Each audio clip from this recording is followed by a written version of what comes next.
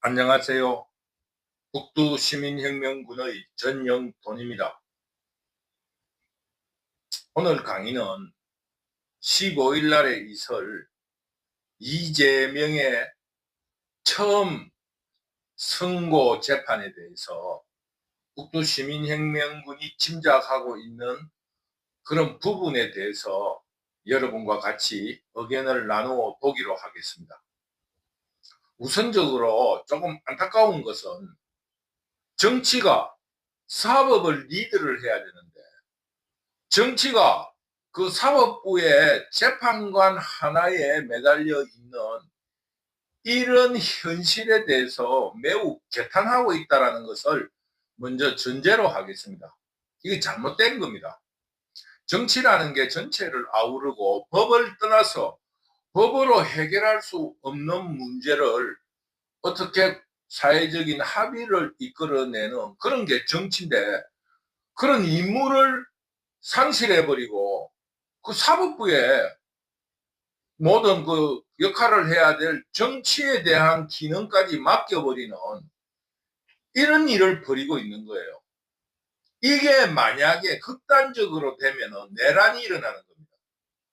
그 둘이가 사법적인 심판에 대해서 불만을 가진 거를 정치가 조정을 해줘야 되는데, 정치가 자기들이 해야 될 일을 사법부에 맡긴 거예요. 그럼 사법부의 판결에 대해서 불복을 하게 되면 어떻게 됩니까?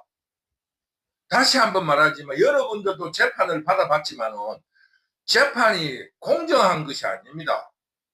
사회정의라는 이름으로 사회를 공화국으로 만들어 가기 위한 민주라는 조금 상대적인 개념으로 그 민주를 공화국으로 만들기 위한 어쩔 수 없는 수단이 사법입니다. 그래서 이 사람이 잘했고 이 사람이 잘못했지만은 그 공동체를 묻기 위해서는 이 사람을 벌하는 것이 좋겠다 하면은 이 사람을 벌하는 거예요. 그게 사법적인 정의입니다.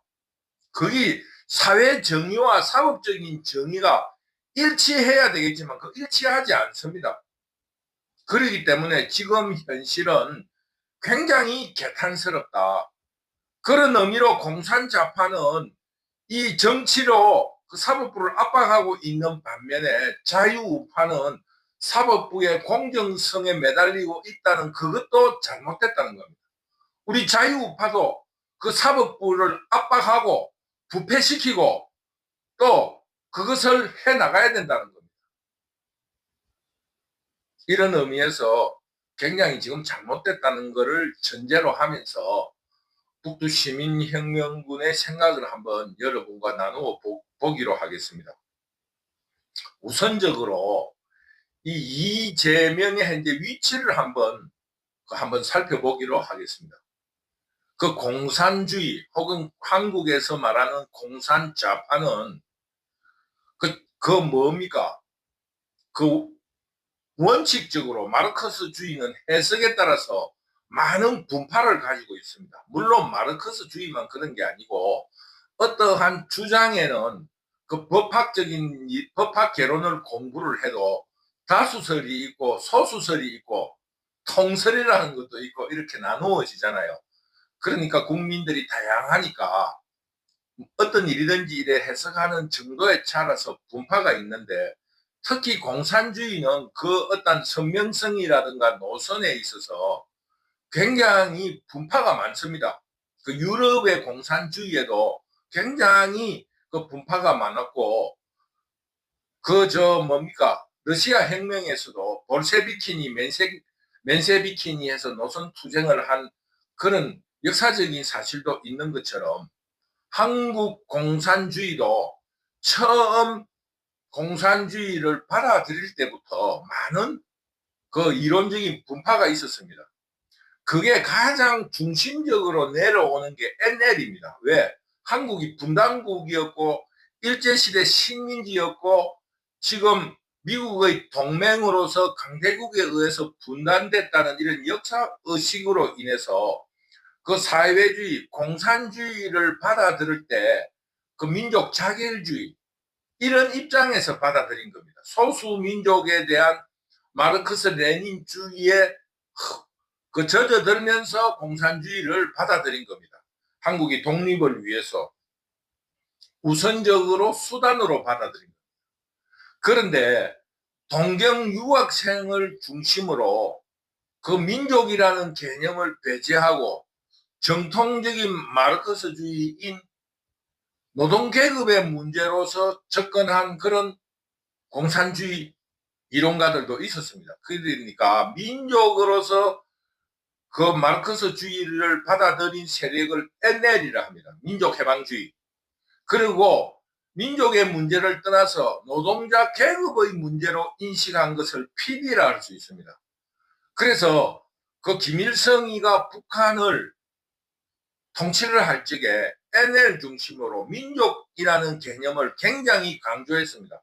왜냐? 그래야만이 그 내부의 통합을 이룰 수 있기 때문에 그 뭡니까? 김일성주의는 NL을 중심으로 해서 그 남쪽도 한국도 분단된 남쪽도 통일을 해야 된다. 적화 통일을 해야 된다 하면서 그 북한을 굉장히 통합을 시켰습니다. 그러다 보니까 동경에서 공부했던 PD 계열들이 60년 초까지 완전히 숙청을 당한 거예요. 그게 NL과 PD와의 관계를 조금 추측해 볼 수 있는 그런 부분입니다.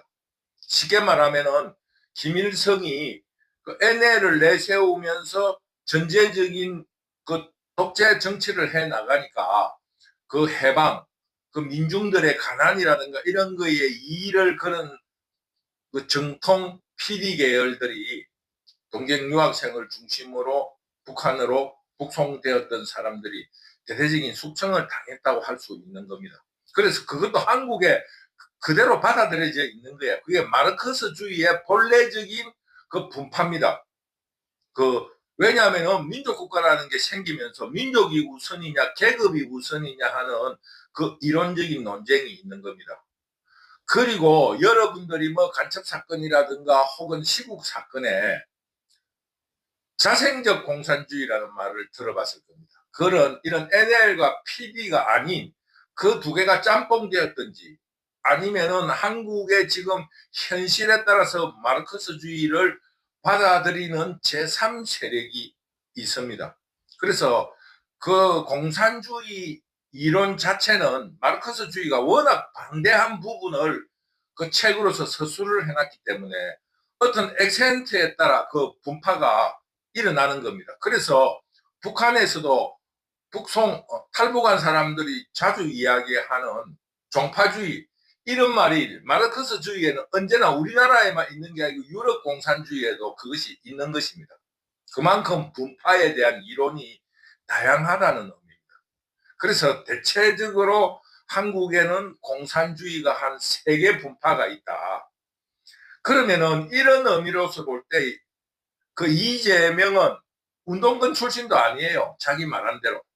그리고 이론적인 그거 정리도 안 돼 있습니다.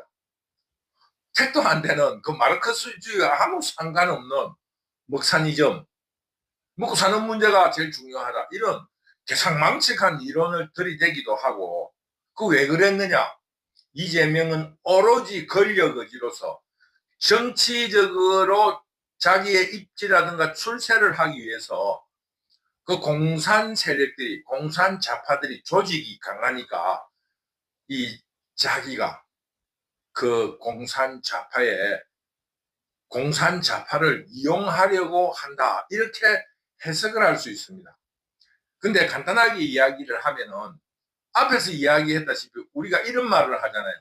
공산주의는 분열을 해서 망하고 자유우파는 부패해서 망한다 하는 말이 거기서 나오는 겁니다. 마르크스주의 자체에는 분열이 들어있다 이겁니다. 그런데 지금 현재 한국의 공산 좌파는 입지가 굉장히 흔들리고 있습니다. 간단하게 말해서 소련이 해체된 이후 또 그 체제 경쟁에서 북한이 완전히 패배를 하고 말았잖아요. 이런 입장에 있다가 보니까 NL파들이 그 논리적인 그 기반이 무너지고 있는 거예요. 뭐 민족이 우선이다. 통일을 해야 된다. 제국주의에서 해방돼야 된다. 이런 이야기를 하려고 하는데 도리어 자유우파에서 통일을 주장하고 있는 거예요. 그런데 지금 현재 체제 경쟁에서 지고 있는 북한과 통일을 하게 된다 하면 한국의 자유주의에 의해서 그 공산 김일성주의가 흡수돼 버리니까 거기에 대해서 지금 통일을 하자는데 반대를 해야 되는 거예요. 그러니까 NL파들이 지금 한국에서 굉장히 입지가 좁아지고 있는 겁니다. 그런데 마침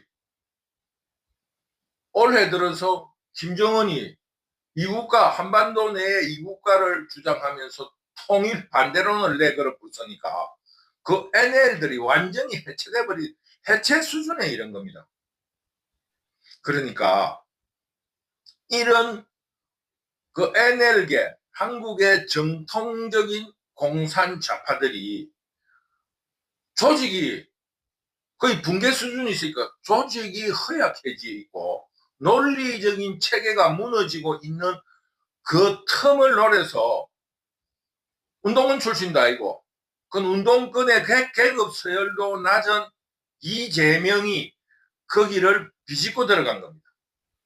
그래서 이재명이 성남시장이라는 것을 이용해서 그 공산 좌파들에게 공무원으로 취직도 시켜주고 용역도 주고 또 시청 내에 그 산하단체 직원 임원으로 채용해 주면서 먹고 살게 해준 겁니다.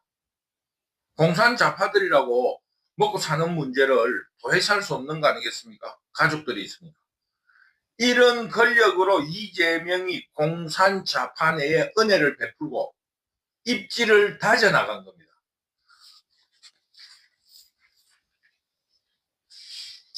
그래서 이재명이 대통령 후보까지 된 거예요. 그리고 지금 당대표가 되어서 막강한 권력을 휘두르고 있습니다. 왜? 지금 성남시장 이후 경기도지사까지 10여 년 동안 그 이재명의 은혜를 입지 않는 사람이 어디에 있습니까? 쉽게 말하면은 평화부지사, 경기도 부지사라는 어마어마한 직함을 가진 게 그 뭡니까? 이화영이 또 지금 의정부 국회의원을 하는 그 정치깡패 같은 그런 출신들, 이 모든 사람들이 그 산하기관에서 그 자기의 명예심을 발휘하고 먹고 사는 문제를 해결하는 그런 은혜를 입은 이재명에게 아주 충성을 다하는 거예요. 그러다 보니까 이재명이 권력이 막강해진 겁니다. 그런데 정통 공산 좌파는 이런 거를 두고 볼 수 없는 거 아니겠습니까? 물론 NL과 PD가 있는데 PD 계열, 노동자 계급을 조금 중시하는 그런 분파는 유럽의 사회민주적인 성향을 띠기 때문에 그 자유주의의 자본주의의 좌파하고 그 경계가 애매합니다. 그러다 보니까 PD는 늘상 그 없어졌다가 그 자본주의나 자유주의에 흡수되었다가 또 조금 생겼다가 이래서 그 맥이 연연히 이어지지 않습니다. 조금 자생적인 마르크스주의와 비슷합니다.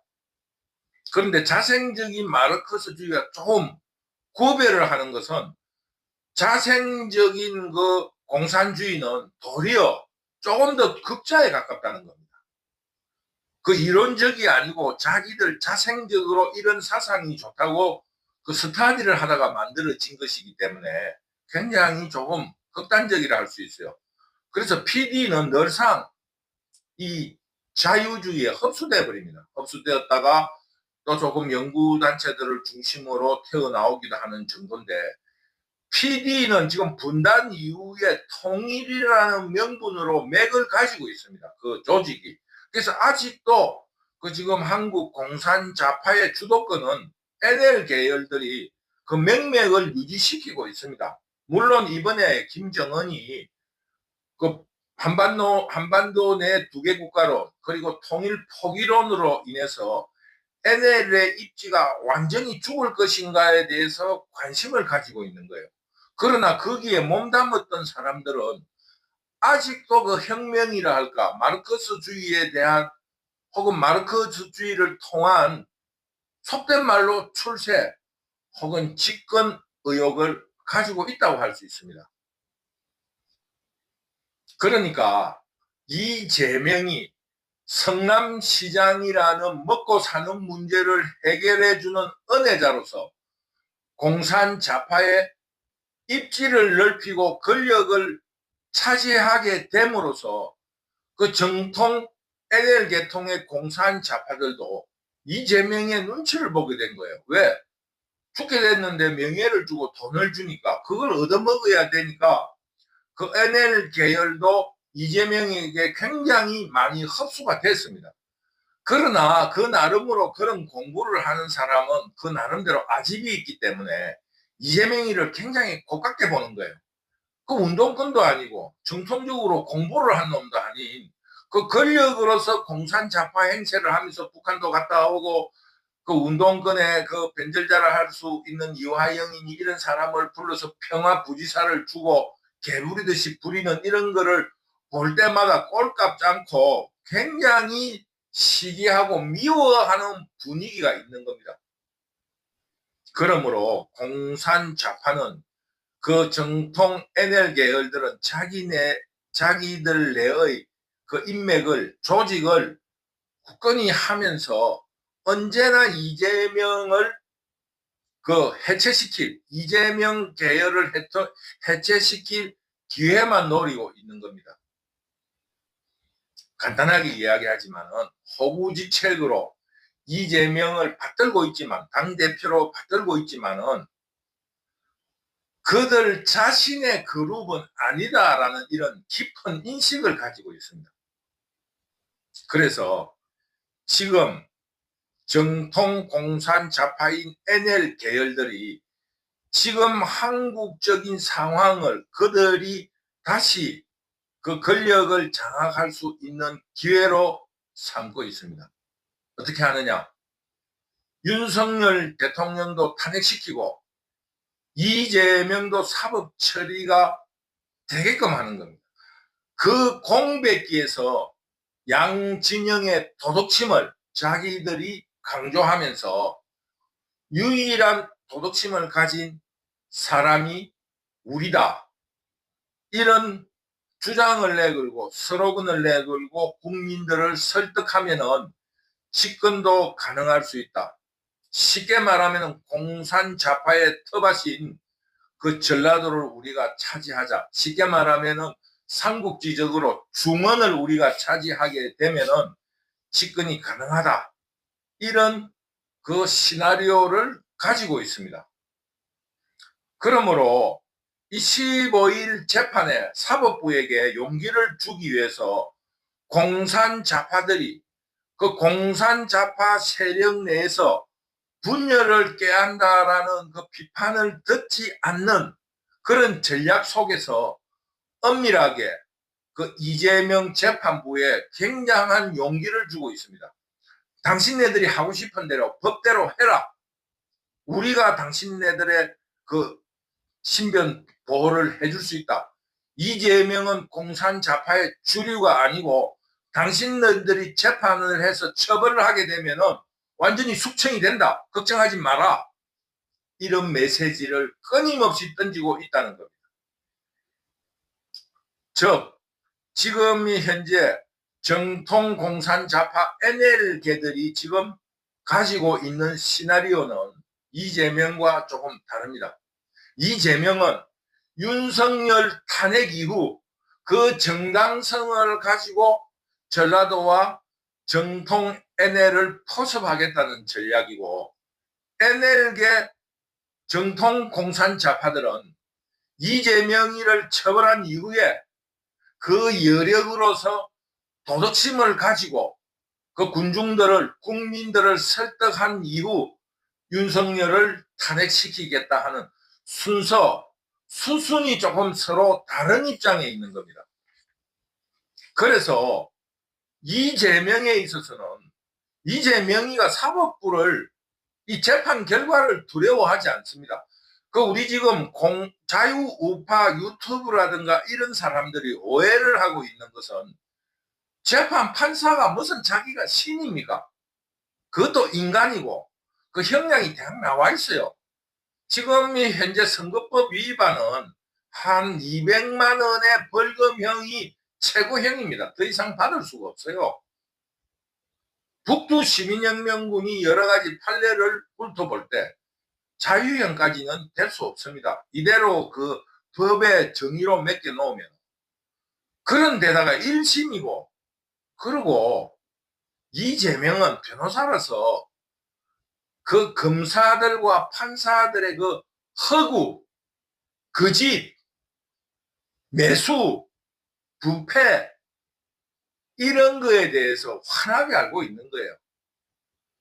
이재명은 지금 받고 있는 재판조차도 그 법을 월권에서 연기할 수 있을 만큼 연기를 했고, 그 권력을 이용해서 내일 선고 재판을 해야 될 판사가 사표를 내게 만드는 그런 그 사법부의 치부를 너무나 잘 알고 있는 사람입니다.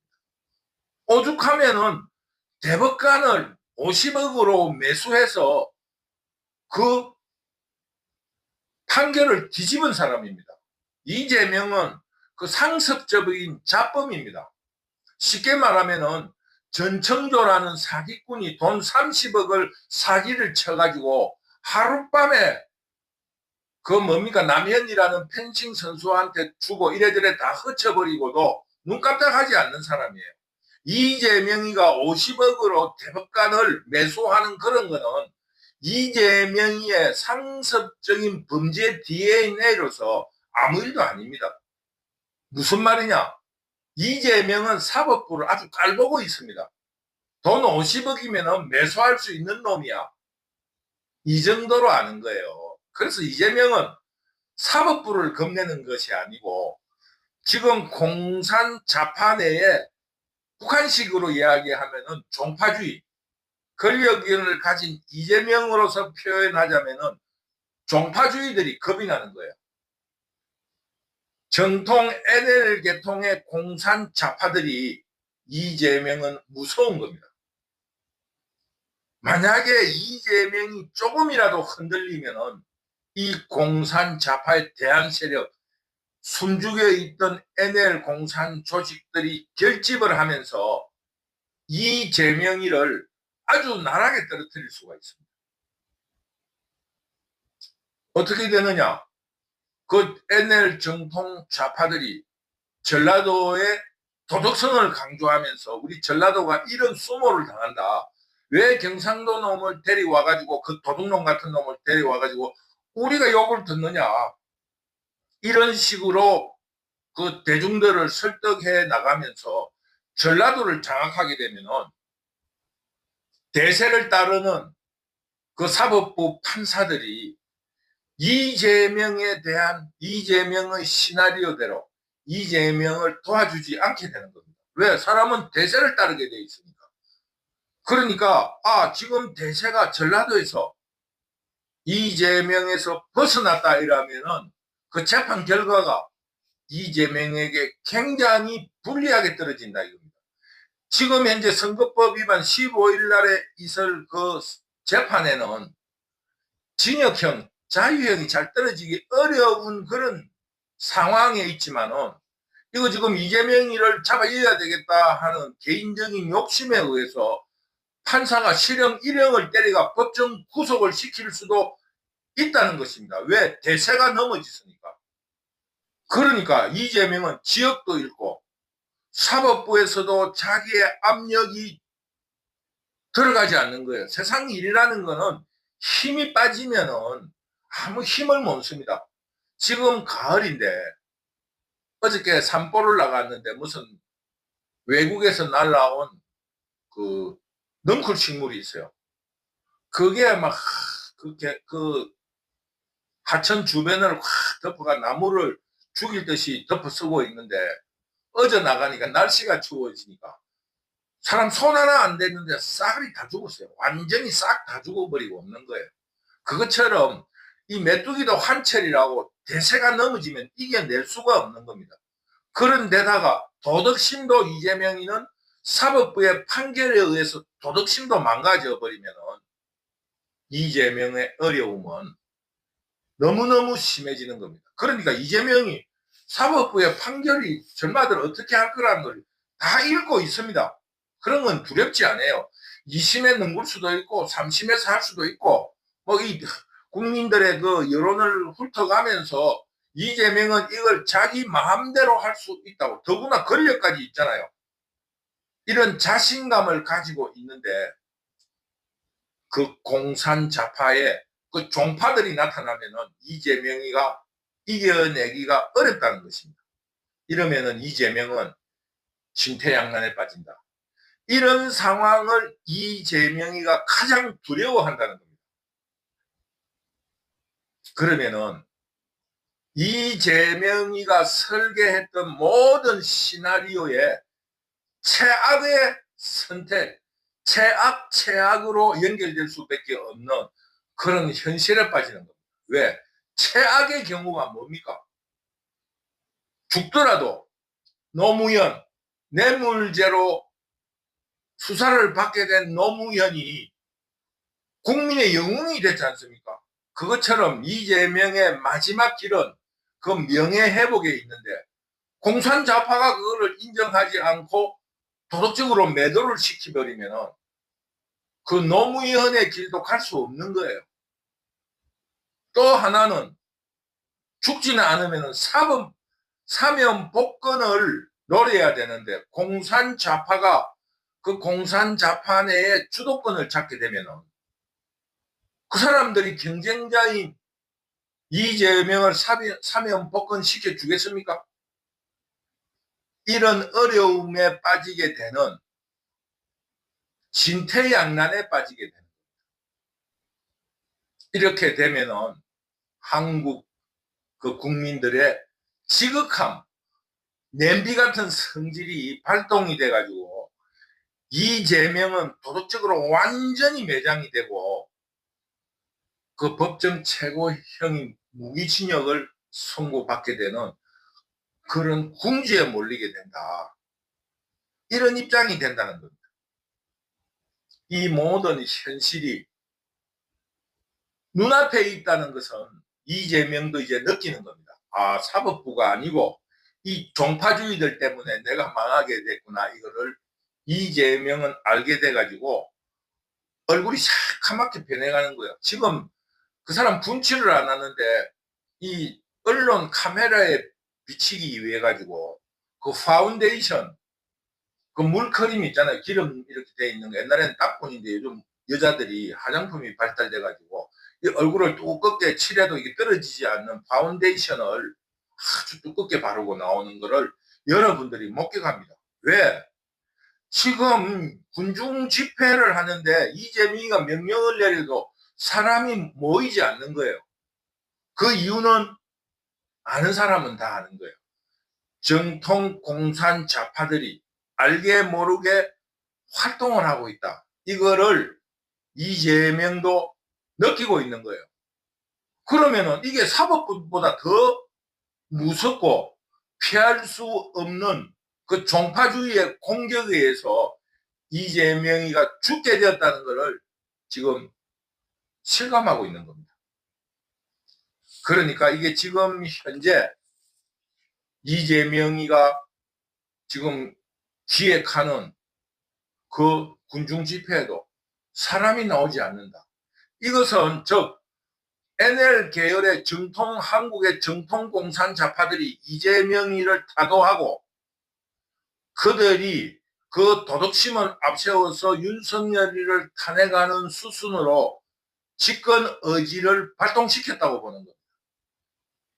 이게 이재명이가 총동원 집합령을 내렸고 총동원령을 내리고 그 자기 지역구에, 다른 지역구에는 안 되니까 자기 지역구에 당원들에게 문자까지 발송을 했는데 10,000명도 모이지 않는 그런 실패를 한 겁니다.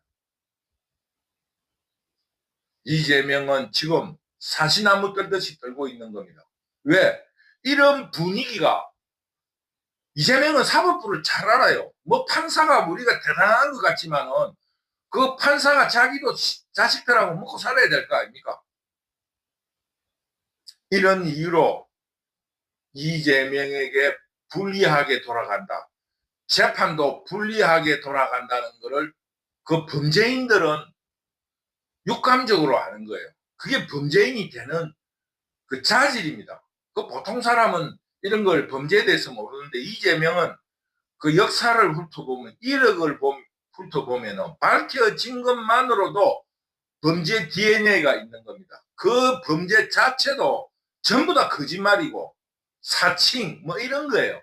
지금 재판받는 것도 그거잖아요. 거짓말, 허위사실 유포, 또 뭡니까?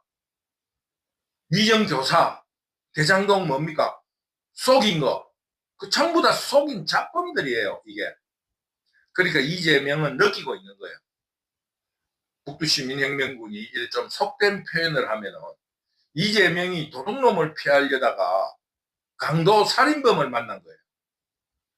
지금 이재명은 최악의 순간을 맞이하고 있다. 이런 논리로 북두시민혁명군이 희미한 예언을 한다면 15일 재판에서 기대 이상의 어떤 자유형이나 벌금형이 내려질 수도 있다. 이 사건은 최고 뭐 벌금 한 300만 원까지 나올 수도 있지만은 한 벌금 한 150에서 200만 원 정도로 무마될 수 있는데, 만약에 지금 이 북두 시민혁명군이 짐작하는 것이 사실로 드러나서 지금 NL 정통 공산자파 혹은 정통 전라도 세력들이 이재명이를 비토한다면은 거기에 용기를 얻은 재판부 판사들이 의회의 법정 구속도 가능하다. 쉽게 말하면 15일 1심 재판은 양극단으로 나오기 쉽다. 쉽게 말하면 벌금 한 80만 원 정도에서 징역 1년까지 이 두 개 중에서 하나가 선택될 가능성이 굉장히 많다. 즉 사법 정의가 아니고 정치 재판이 될 가능성이 굉장히 높다는 것을 오늘 강의의 결론으로 말씀드리는 겁니다. 그래서 15일 재판에 대해서 북두 시민혁명군이 예언을 하라면은 정식적으로 그게 중립적으로 재판상으로만 바라본다 하면은 선거법의 100만 원을 넘어서는 200만 원 정도가 적당한 형량인데 양극단으로 놓을 수 있다. 벌금 80만 원, 선거법에 의원직을 상실하지 않는 80만 원이나 아니면은 아주 패망의 길인 법정 구속까지 갈 수 있다. 북두시민혁명군은 이런 양극단으로 봅니다. 보통의 선거로 치면은 이 이재명은 한 200만 원 받고 뭡니까? 고등법원에서 한 120만 원 정도를 받고 대법원에서 그 법리를 잘못 해석을 했다 해서 환송 파기를 시키는 그런 수순을 밟을 수 있는데, 이런 사법적인 정의는 없어질 것이다. 이런 생각을 합니다. 끝으로 처음에 말했지만 지금 한국 정치가 개판이라는 겁니다. 이 사법부의 판결을 정치적으로 위무를 해가지고 국민을 통합시켜야 되는데 그 통합기관을 아무런 그런 판단 능력이 없는 법에다가 맡겨놓는 이런 어처구니 없는 일이 벌어지고 있으며, 이것이 결국은 이재명이가